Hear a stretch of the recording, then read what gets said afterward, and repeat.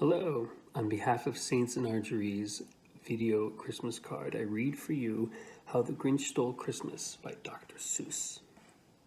Every Who down in Whoville liked Christmas a lot, but the Grinch, who lived just north of Whoville, did not. The Grinch hated Christmas, the whole Christmas season. Now, don't ask me why, no one quite knows the reason. It could be his head was not screwed on just right. It could be, perhaps, that his shoes were too tight. But I think the most likely reason of all may have been that his heart was 2 sizes too small. Whatever the reason, his heart or his shoes, he stood there on Christmas Eve hating the Whos, staring down from his cave with a sour, grinchy frown at the warm-lighted windows below in their town. For he knew every Who down in Whoville beneath was busy now, hanging a mistletoe wreath. And they're hanging their stockings, he snarled with a sneer. Tomorrow is Christmas. It's practically here. Then he growled with his Grinch fingers nervously drumming, I must find a way to stop Christmas from coming. For tomorrow he knew all the Who girls and boys would wake bright and early. They'd rush for their toys, and then, oh the noise, noise, noise. If there was one thing he hated, it was noise. Then the Whos, young and old, would sit down to a feast, and they'd feast, and they'd feast, and they'd feast. They would feast on Who pudding and rare Who roast beast, which is something the Grinch couldn't stand in the least. And then would come something he liked least of all. All the Whos down in Whoville, the tall and the small, would stand close together with Christmas bells ringing. They'd stand hand in hand, and the Whos would start singing. And they'd sing, and they'd sing, and they'd sing.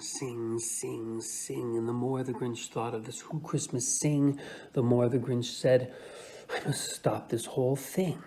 Why, for 53 years I've put up with this now. I must find a way to stop Christmas. But how? Then he got an idea, an awful idea. The Grinch got a wonderful, awful idea. I know just what to do. The Grinch laughed in his throat, and he made a quick Santa Claus hat and a coat.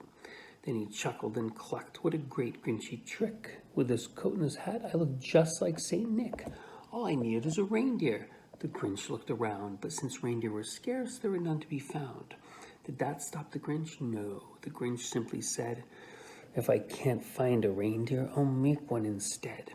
So he called his dog Max, and he took some red thread, and he tied a big horn on the top of his head.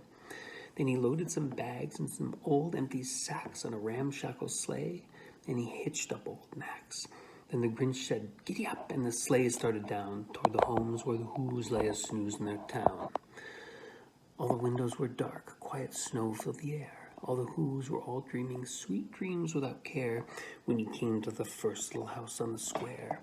This is stop number 1, the fake Grinchy Claus hissed. Then he jumped to the roof, empty bags in his fist. Then he went down the chimney, a rather tight pinch, but if Santa could do it, then so could the Grinch. He got stuck only once for a moment or two.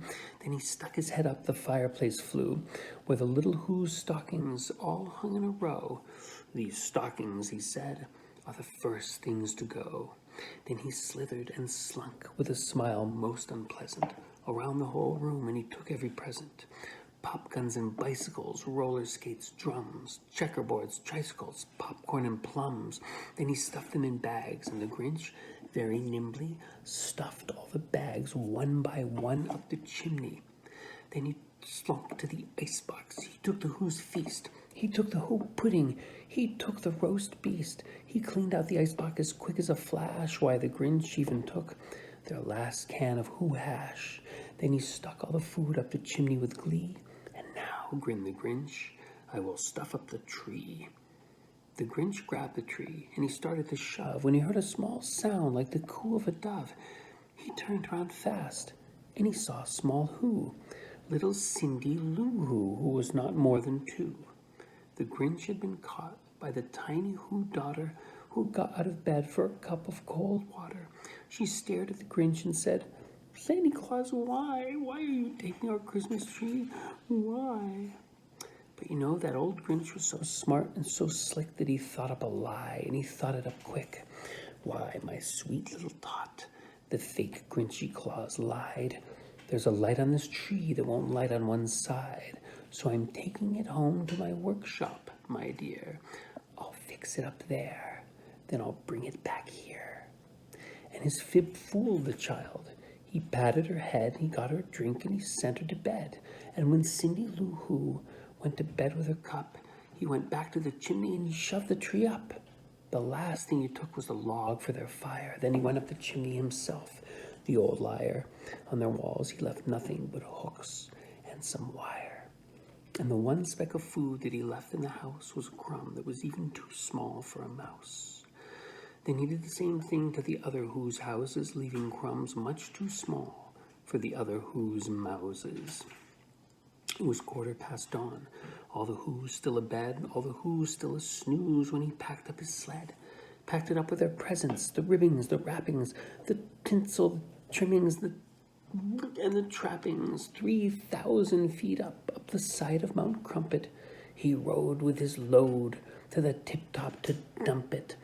Pooh on the Who's, he was grinchishly humming. They're finding out now that no Christmas is coming. They're just waking up. I know just what they'll do. Their mouths will hang open a minute or two. Then the Who's down in Whoville will all cry boo-hoo. That's a sound, grinned the Grinch, that I simply must hear. So he paused, and the Grinch put a hand to his ear. And he did hear some sound rising over the snow. It started out low, then it started to grow. But this sound wasn't sad. Why, this sound sounded merry. It couldn't be so, but it was merry, very. He stared down at Whoville. The Grinch popped his eyes, and he shook. What he saw was a shocking surprise. Every Who down in Whoville, the tall and the small, was singing without any presents at all. He hadn't stopped Christmas from coming. It came, somehow or other, it came just the same. And the Grinch, with his Grinch feet ice cold in the snow, stood puzzling and puzzling. How could it be so? It came without ribbons. It came without tags. It came without packages, boxes, or bags. And he puzzled 3 hours till his puzzler was sore. Then the Grinch thought of something he hadn't before. Maybe Christmas, he thought, doesn't come from the store. Maybe Christmas, perhaps, means a little bit more. And what happened then? Well, in Whoville they say that the Grinch's small heart grew 3 sizes that day. And as soon as his heart didn't feel quite so tight, he whizzed with his load through the bright morning light. And he brought back the toys and the food for the feast. And the Grinch, yes, he himself, the Grinch, carved the roast beast.